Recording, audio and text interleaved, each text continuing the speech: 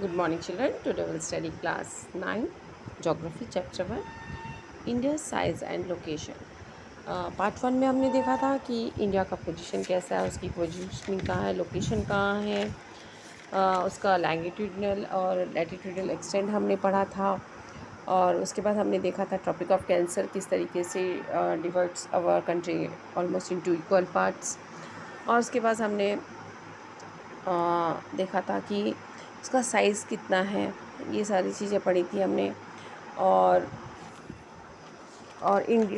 मतलब उसकी total area on account of world, पूरे वर्ल्ड में उसका टोटल कितना है, एरिया कितना आता है, तो 2.4% ये हमने पढ़ा था। और आज हम देखेंगे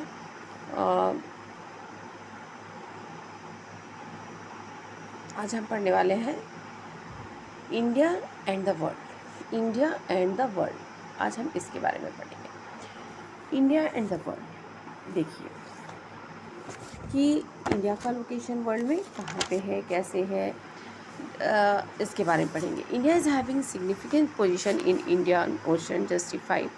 इससे पहले मैं एक रिलेवेंस क्वेश्चन आपको दे रही हूँ, देखिए। India is having significant position in Indian ocean justify the statement, ऐसे पूछा जा सकता है। या क्वेश्चन आ सकता है justify naming Indian ocean after India.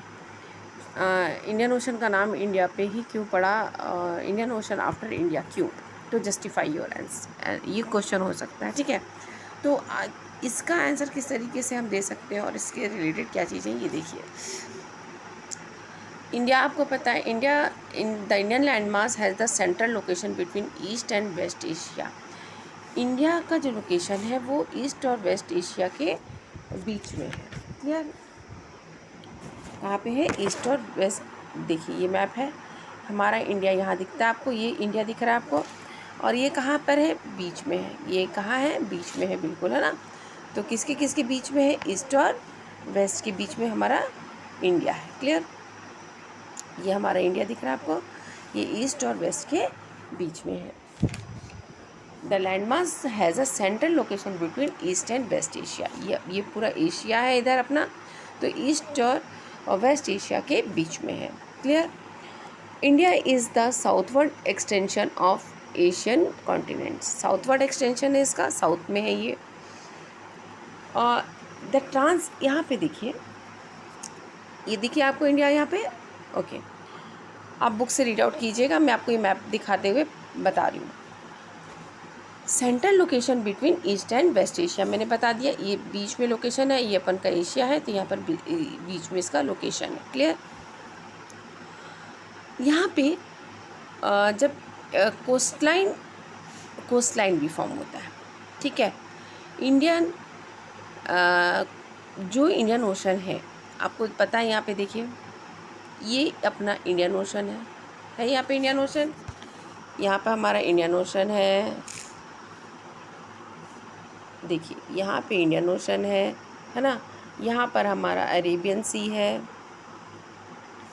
यहाँ पर हमारा अरेबियन सी है, यहाँ पर हमारा बे ऑफ बंगाल है, और यहाँ पर क्या है, इंडियन ओशन है। और जब हम connectivity with the trans Indian ओकर रूट, यहाँ पर एक कनेक्टिविटी है with trans Indian ocean route. Trans Indian ocean route कैसे समझ में आया, देखिए कि ये इंडिया का मैप है, दिख रहे हैं। यहाँ पे क्या है,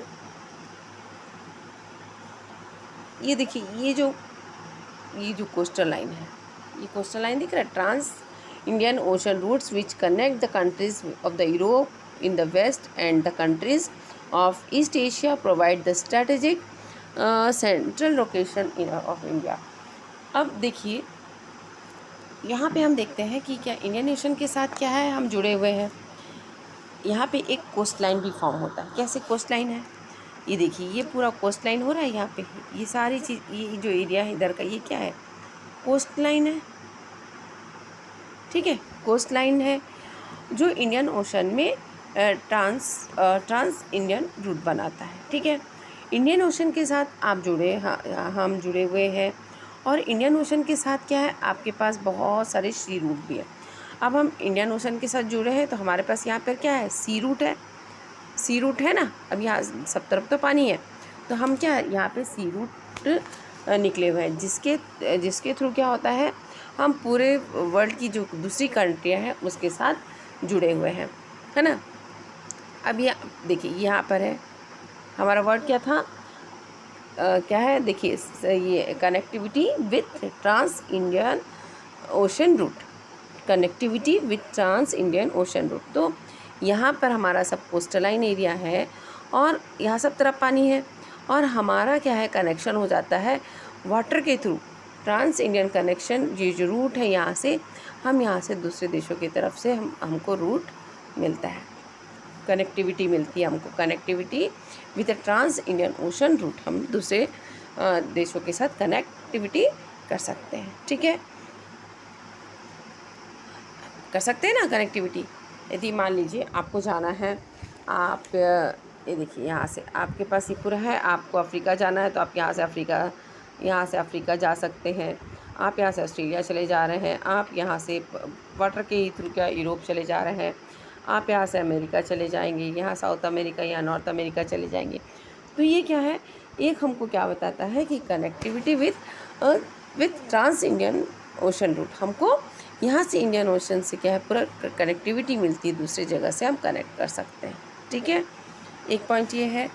और Deccan peninsula protrudes into Indian Oceans, providing long coastline in this region.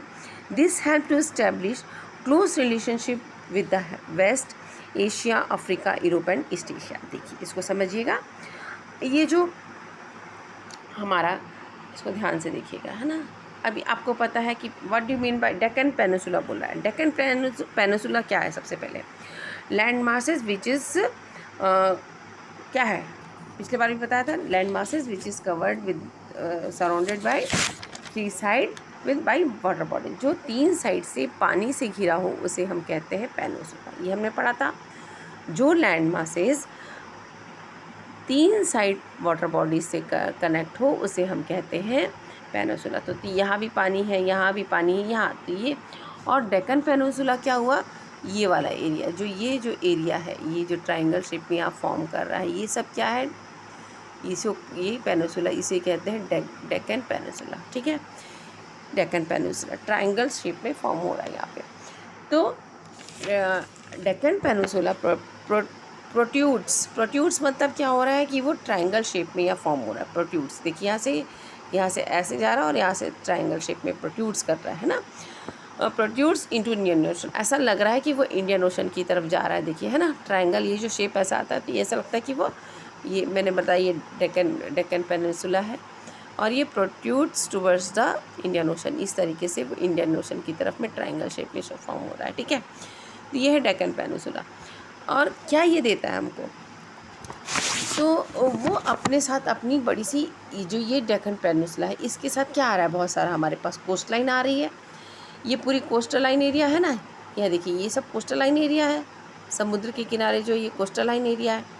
तो जब कोस्टल लाइन एरिया लेकर आता है ये अपने साथ, तो हमको क्या मिलता है, यहाँ से सी ट्रेड इजी हो जाता है, क्या हो जाता है, शिप के द्वारा हम सी रूट और सी ट्रेड हमारे लिए पॉसिबल हो जाता है, ये यहाँ पे कोस्टल लाइन की वजह से। तो यहाँ पर कोस्टल लाइन है तो हम बहुत सारे सी पोर्ट्स बना सकते हैं यहाँ पे, और सी पोर्ट्स बनेंगे तो क्या होगा, हम सी ट्रेड बढ़ जाएगा, सी ट्रेडिंग हो जाएगी यहाँ पे।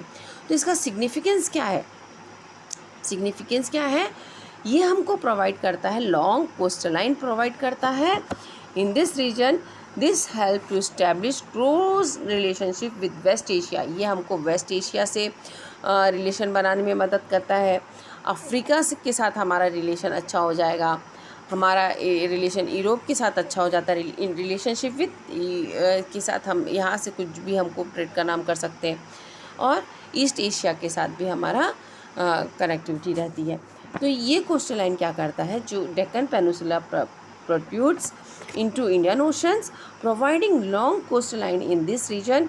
This helped to establish a close relationship with the West Asia, East Asia, Asia and Europe. तो इसके साथ हमारी कनेक्टिविटी हो, तो ये होता है डेक्कन पेनिनसुला, याद रखिएगा, ठीक है।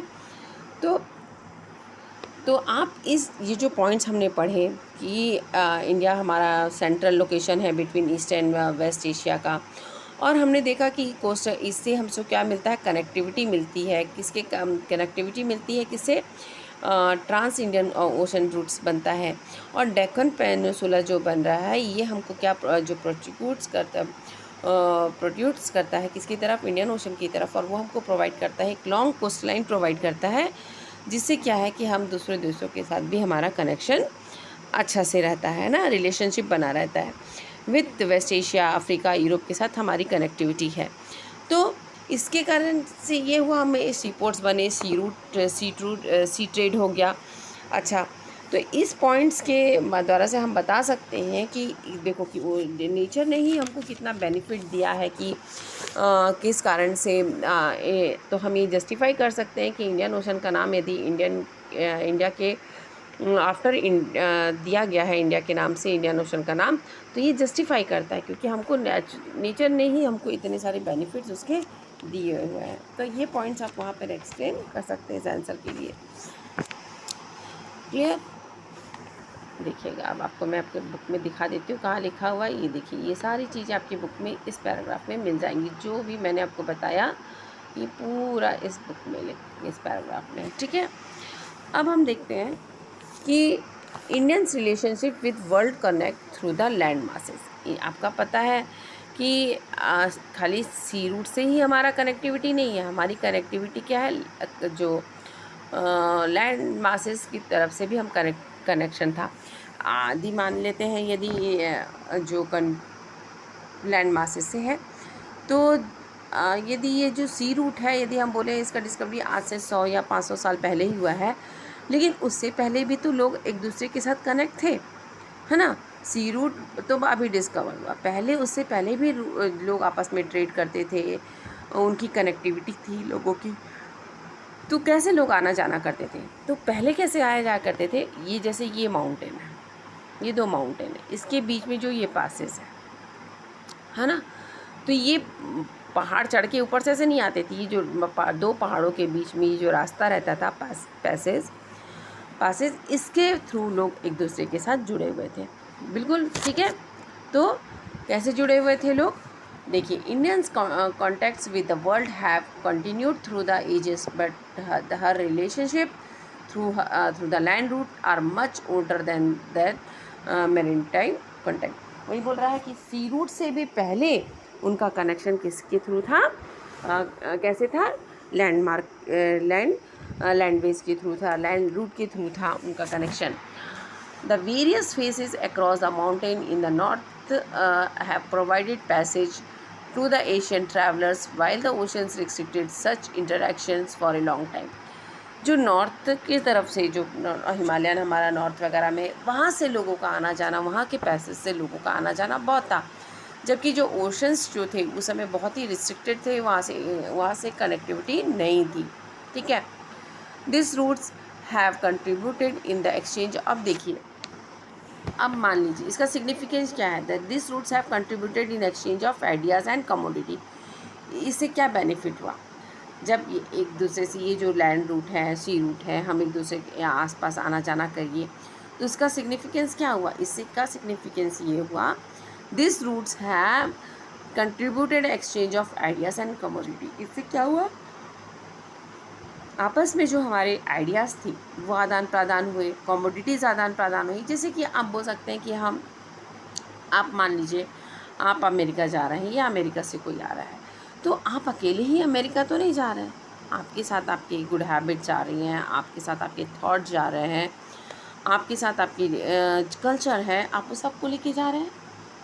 इवन अपनी डिज़ीज़ भी हम उनके साथ आप वहाँ से लेके जा रहे हैं। तो हम अपने अकेले नहीं जाते, हमारे साथ हमारा सब कुछ जाता है। तो वैसे ही अमेरिका से भी जो लोग आते हैं तो उनके साथ उनकी कल्चर, उनका हैबिट्स, उनके सब कुछ आता है, उनके आइडियाज़, उनके थॉट्स हमारे पास आते हैं।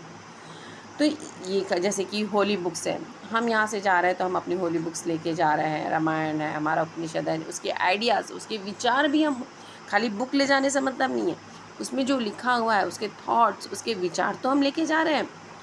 और आप मानिए जैसे कि स्पाइसेस है, देखिए पहले हमारे इंडिया में ही स्पाइसेस बहुत अच्छा था। जब विदेशी जब यहाँ पर आए ब्रिटिशर्स, तो वो लोग तो सिर्फ उबला हुआ खाते थे, लेकिन उनको ये लगा कि वाह इनका खाना तो बहुत टेस्टी रहता है, तो उन्होंने यहाँ से स्पाइसेस लेके जाने लग गए।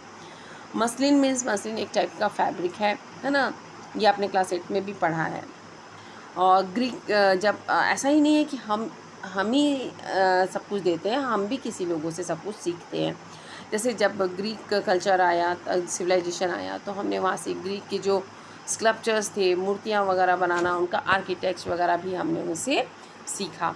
And the architectural styles of dome and the minerals from west Asia has been in the different parts of our country. तो ये चीज़ें हमने सीखी, आपको ये सब चीज़ें रखना है। तो देखिए हम on the other hand influence of the Greek sculpture and the architecture styles of dome, किस तरीके से वो आर्किटेक्ट करते थे, डोम बनाते थे, तो वो सारी चीज़ें भी हमने उनसे सीखी। तो यहाँ पे क्या होता है, exchange of ideas and community होता है। जब हम एक जगह से, जो ये रूट्स के कारण, चाहे बोलिए लैंड रूट बोलिए, सी रूट बोलिए, इसके कारण क्या हुआ कि जो रूट्स ये इन्होंने बहुत कंट्रीब्यूट किया कि इसमें exchange of ideas and community में बहुत हेल्प मिला। ठीक है। और एक यहाँ पर एक फैक्ट दिया हुआ है, देखिए यहाँ पर आपकी बुक में एक फैक्ट लिखा हुआ है, इसको पढ़ना, बहुत अच्छा फैक्ट है ये। देखिए, since the opening of the Suez canal in 1869 India's distance from Europe has been reduced by 7,000 kilometre. ये जो फैक्ट है कि आप बताएं कि स्विस, ये देखिए यहाँ पर आपको दिखेगा, मैं आपको दिखाती हूँ मैप में, पूरा तो नहीं दिखेगा, लेकिन आपको एटलस वगैरह लेके बैठिएगा घर में तो आपको नज़र आएगा। ठीक है। देखिए हमारा इंडिया आपको दिख रहा है, ये है इंडिया। तो एशिया और अफ्रीका के बीच में एक एशिया और अफ्रीका है ना, देखिए उसके बीच में हमारे पास क्या है, यहाँ पे एक इजिप्ट है। इजिप्ट दिख रहा है आपको, इजिप्ट दिख रहा है, ये इजिप्ट है। एशिया और अफ्रीका के बीच में क्या है, इजिप्ट है। यहाँ पर एक रेड सी, और यहाँ तो नहीं दिख रहा आपको इसमें, पर आप एटलस वगैरह में देखेंगे तो मैं आपको जिस बता रही हूँ, ये देखिए यहाँ पे आपको यहाँ पे एक रेड सी और एक जो कि रेड सी है, जो कि क्या है, अरेबियन सी से जुड़ा हुआ है, और यहाँ पे मेडिटेरियन सी है। तो जो आपस में क्या था, जैसे कि ये रेड सी है, मान लीजिए मैं आपको बताती हूँ, ये रेड सी है और ये मेडिटेरियन सी है। तो दोनों के बीच में क्या था, ज़मीन थी। ठीक है, दोनों के बीच में क्या थी, ज़मीन थी। और यहीं पे क्या है आपका, ज़मीन थी, और यहीं पर ये क्या था, स्विस था। क्या था ये, स्विस नाम की जगह। ठीक है। अब क्या किया गया, तो ये जो जगह थी, यहाँ पे रेड सी और मेडिटेरियन सी के बीच से ये ज़मीन जो थी, यहाँ से यहाँ पे क्या बना दिया गया, एक कैनाल बना दिया गया। इसी का नाम है स्विस कैनाल, जो यहाँ पर भी आपको दिख रहा है, देखिएगा, ये देखिए, ये है स्विस कैनाल। ठीक है। ये कब बना था, 1869 में। ठीक है। तो एशिया और अफ्रीका के बीच में क्या है, जो बॉर्डर है वहाँ पर इजिप्ट है, और यहाँ पर एक रेड सी और मेडिटेरियन सी है, उसके बीच में एक ज़मीन है, जहाँ पे उस ज़मीन पे क्या, स्विस, वहाँ पे क्या बनाया गया, स्विस कैनाल बनाया गया। कब बनाया गया, 1869 में। ये स्विस कैनाल कब बनाया गया, क्वेश्चन पूछा जा सकता है ना, तो कब बनाया गया, 1869 में स्विस कैनाल बनाया गया। क्लियर, ये फैक्ट था। और इस 1869 में बनाया गया। इससे क्या हुआ, इसका इम्पोर्टेंस क्या है। पहले लोगों को क्या था, जब कोई जो ट्रेडर है, मान लो यहाँ से कोई ट्रेडर है, यहाँ से जो ट्रेडर जा रहा है, उसको यूरोप जाना रहता था, तो वो क्या करता था, पूरा अफ्रीका घूम के फिर यूरोप जाता था। उसको क्या करना पड़ता था कि पूरा, जैसे उसको यूरोप जाना है, तो वो पहले क्या करेगा, यूरोप जाने के लिए वो क्या करता था पहले, कि पूरा, जैसे यहाँ से कोई जा रहा है तो वो उसको यूरोप जाना है, तो वो क्या करता था, पहले यहाँ से पूरा अफ्रीका को घूम के जाना पड़ता था उसको यूरोप, इतना लॉन्ग रूट होता था। लेकिन जब से ये स्विस कैनाल बना, तो जो डिस्टेंस है, कहाँ से, डिस्टेंस ऑफ इंडिया, अब यहाँ से जो डिस्टेंस पहले यहाँ से यहाँ तक घूम के जाना पड़ता था, ये डिस्टेंस अब क्या हुआ, वो डायरेक्ट यहाँ से वो जाने लगे। तो ये इनका रूट जो था, इनके पास जो यूरोप, और डिस्टेंस किसका रिड्यूस हो गया, India's distance from Europe has been, Europe और इंडिया का जो डिस्टेंस है, जो पहले ऐसे घूम के जाना पड़ता था, इसका डिस्टेंस जो है वो रिड्यूस हो गया। कितना रिड्यूस हो गया? 7000 किलोमीटर रिड्यूस हो गया। कहाँ का? इंडिया और यूरोप के जो डिस्टेंस है वो 7000 किलोमीटर रिड्यूस हो गया। ठीक है, तो ये था हमारा स्विस कैनाल के बारे में फैक्ट। तो अब नेक्स्ट वीडियो में हम पढ़ेंगे, इसको रीड आउट कीजिएगा अच्छे से। इंडियाज़ नेबर्स, इंडिया की नेबरिंग कंट्री कौन कौन सी है ये हम पढ़ेंगे। और ये क्वेश्चन जो है इसका फैक्ट आप तब तक निकाल के रखिएगा। ठीक है, number of union territories along the western and eastern coast, कौन कौन से हमारी यूनियन टेरिटरीज़ है मुझे बताइएगा। Area wise which is the smallest and which is the largest state, ये भी बताइएगा। ये क्वेश्चन कुछ फाइंड आउट करने हैं, ये आप कीजिएगा। ठीक है, ये होमवर्क है आप लोगों का, इसको करिएगा। तो बुक को रीड आउट कीजिए, इसके बाद नेक्स्ट वीडियो में हम इंडियाज़ नेबरिंग कंट्री के बारे में पढ़ेंगे।